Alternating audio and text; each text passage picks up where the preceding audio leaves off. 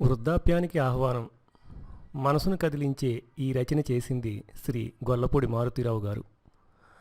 చమకం యజుర్వేదంలోని శ్రీరుద్రంలో ఒక భాగం. చమకం అంటే నాకెప్పుడూ చిన్నచూపే. కారణం కన్యాశుల్కం నాటకంలో గిరీశం వెంకటేశంతో అంటాడు, మీ నాన్న ప్రతిరోజు దేవుడి ముందు కూర్చొని ఏం చేస్తాడు అనుకున్నావు? ఓయ్ దేవుడా, నాకు సుఖమియ్యి, నా కోర్టు కేసు గెలిపించు, అలా వాడి కొంప ముంచు అంటూ దేవుడిని దేవురిస్తాడు. చెమే అంటే నాకియ్యవయ్యా అని అర్థం. నువ్వు కూడా నీకు కావలసినవన్నీ అడగొచ్చు. గేదె పెరుగు చెమే, చెగోడి చెమే అని హితోపదేశం చేస్తాడు. తీరా భగవంతుడంటూ కనిపిస్తే బొత్తిగా ఈ జాబితా చదవటం ఏమిటి, ఇవన్నీ కోరటం ఏమిటి? ఈ జీవితాన్ని పట్టుకు ఇంతగా దేబిరించే వీడికి స్వర్గం మోక్షం ఎందుకని దేవుడు అనుకోడు? ఇవన్నీ నా సందేహాలు. అయితే చమకంలో ఒకచోట ఈ ఆలోచనలన్నింటికీ అడ్డుకట్ట వేసే ఒక విచిత్రమైన కోరిక ఉంది. వృద్ధం చెమే వృద్ధిచ్చెమే అని. ఇదేమిటి? నాకు వృద్ధిని అన్నంతవరకు బాగానే ఉంది, నాకు వృద్ధాప్యాన్ని ఇవ్వమని అడుగుతాడేమిటి అని ఆశ్చర్యం. కోరికల నుంచి, ఈ జీవితంలో సుఖాల నుంచి బయటపడలేని జీవుడు అలా బయటపడేసే మానసిక స్థితిని, ఆ దశని ప్రసాదించు స్వామి అంటూ ఆ కోరికల విలువలోనే ఒక విచిత్రమైన కోరికని జతచేశాడు. అన్ని కోరికల నుంచి విముక్తం చేసే లేదా విరక్తిని కలిగించే వృద్ధాప్యాన్ని ప్రసాదించు అని వేడుకోవటం బహుశా ఏ మతంలోనూ ఏ భక్తుడు ఏ దేవుడిని ఇంత పరిణితితో ఇంత గంభీరమైన కోరిక కోరలేదేమో. ఈ మనస్సు కోతిస్వామి, దానికి ఉన్న చాపల్యాలు అన్నీ తీర్చు, తప్పదు, చేసేది లేదు.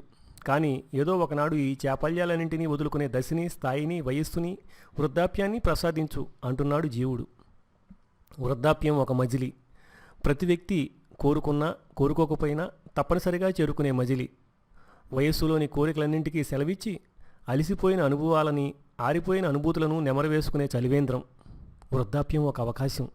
వెనక్కి తిరిగి చూసుకుని, చేసిన తప్పిదాలను నవ్వుకొని, దాటిన అడ్డంకులను పరామర్శించి ఇక దాటనక్కర్లేని స్థితికి వచ్చినందుకు ప్రశాంతంగా నిట్టూర్చే ఆటవిడుపు. ముసలితనం కొడుకు కంటే ఒక అడుగు వెనక నడిపిస్తుంది. మనవరాలి భుజాన్ని ఆసరా చేసుకుంటుంది. జీవితమంతా కురుగుడు పడని నిజాలతో ఆనందంగా రాజీపడేటట్లు చేస్తుంది. పిల్లలు నీకేం తెలియదు నాన్న అంటే కోపం రాదు. ఒక జీవితకాలాన్ని తెలియనితనానికి తాకట్టు పెట్టిన కొడుకును చూసి నవ్వుకుంటుంది. తనకి తెలియదని పక్కకి తప్పించే తరాన్ని చూసి గర్వపడుతుంది. అవలీలగా అర్థం చేసుకుంటుంది. వాడికి తోచినట్టు చేయనివ్వండి అనే భార్య హితవుకి గంభీరంగా తలవంచుతుంది. ఏ విమర్శ, అవమానం అనిపించదు. ఏ నిందకి కోపం రాదు. వృద్ధాప్యాన్ని అందరూ గౌరవిస్తారు.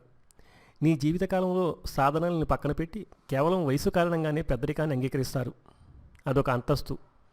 అతని హితవుని నలుగురు వింటారు. నీ ఆలోచనని గౌరవిస్తారు. దాన్ని పాటించడని అర్థమవుతున్నా కోపం రాదు. వయస్సు అర్థం చేసుకునే సంయమనాన్ని నేర్పుతుంది. మా రోజుల్లో అని చెప్పుకోవడంలో చిన్న సాకుని వృద్ధాప్యం మబ్బుతుంది. ఈ కాలం కుర్రాళ్ళు అన్న విక్రింతకి అర్హతని సంపాదించి పెడుతుంది. తన గురించి తన పెద్దలు అలనాడు అలాగే అనుకుని ఉంటారని అప్పుడు జ్ఞాపకం వస్తుంది. వేసిన ప్రతి అడుగు తెలిసి వేసే నమ్మకాన్ని ఇస్తుంది. చేసే ప్రతి పని ఇబ్బంది లేని, శ్రమ అనిపించని మార్గం వేసే ప్రయాణం చేయిస్తుంది. తన రేపు క్రమక్రమంగా కురచనైపోతుందని అర్థమవుతుంటుంది. దక్కిన చిన్న తప్పుల్ని వృద్ధాప్యం భద్రంగా అలంకరించుకుంటుంది. మనకి చేత కాదు అని చెప్పడం పెద్ద అర్హతగా కనిపిస్తుంది.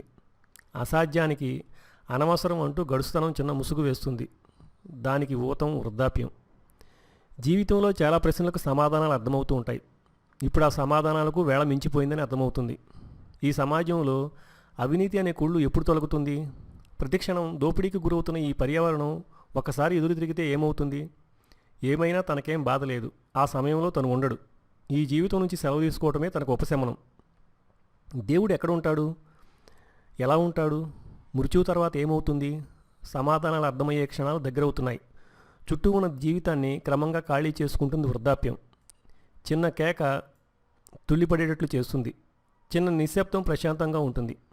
ఎప్పటిలాగే తెల్లారి వృద్ధులతో కలిసి నడిచి 2 ముద్దల అన్నం తిని, అరగంట సేద తీరి, వేడి టీ తాగి, సాయంకాలం పార్కు బెంచి దగ్గర ఈ దేశం తగలబడిపోతోందని తిట్టుకుని శాంతపడి, కీళ్ల నొప్పులకు మాత్రలు మింగి రాని నిద్రని, నిన్నటి జ్ఞాపకాలని నెమరవేసుకోవటం వృద్ధాప్యం వ్యసనం. ఇప్పుడు విచారం దగ్గరకు రాదు. వెళ్ళిపోయిన హితులు, సన్నిహితులు దిగులుగా జ్ఞాపకం వస్తారు. ముగింపు భయపెట్టదు. ఎందుకంటే భయపడినా రాక తప్పదు కనుక.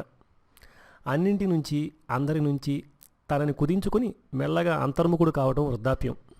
ఇప్పుడు అన్ని దురదృష్టాలకు కారణాలు అర్థమవుతాయి. చేసిన తప్పిదాలు, మాట తప్పిన కప్పదాట్లు, మనసు నొప్పించిన చిన్న చిన్న జ్ఞాపకాల ముళ్ళు అవన్నీ ఒక జీవితకాలం ఆలస్యంగా కళ్ళ ముందు కదులుతాయి. ఈ అనుభవాల్ని హెచ్చరికలు చేయబోతే పిల్లలు వినరు, విన్నట్లు నటిస్తారు. నటిస్తున్నారని తనకి తెలుసు. విన్న తృప్తిని తాను నటిస్తాడు. వారికి వృద్ధాప్యం ఒకనాడు పాఠాలు చెప్తుందని తెలుసు. కానీ వృద్ధాప్యం ఒక వరమని ఇప్పుడు చెప్పి ఒప్పించలేడు. వారు ఒప్పుకునే వేళకు తను ఉండడు. జీవితం ఎంత విచిత్రం. నవ్వుకుంటాడు. ఆ నవ్వు ఖరీదు ఒక జీవితం. చమకం ఏ ఋషి, ఏ మహానుభావుడు ఎప్పుడు సృష్టించాడో, ఎంత ముందు చూపు, ఎంత వినయ సంపద. జీవుని నిస్సహాయత, నిర్వేదం అందులో నిక్షిప్తమై ఉందో ఆనాటికి కోరిక సంపూర్ణమైన స్వరూపంతో కళ్ళ ముందు దర్శనమిచ్చే నాటికి తాను జీవితమంతా కోరుకున్న వృద్ధాప్యం తనని ఆవరించుకుని ఉంటుంది. ఈ దేశపు వేద సంపద, సాంస్కృతిక వైభవం, జాతి దర్శనం అపూర్వం, అనన్య సామాన్యం.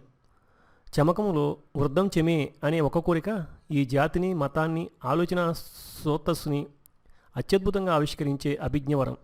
భగవంతుడిని కోరటంలోనే భగవంతుడు ప్రసాదించిన తన ఆలోచన పరిణితిని అలంకరించే భగవద్దత్తమైన ఆశీర్వాదం. అది వృద్ధాప్యం.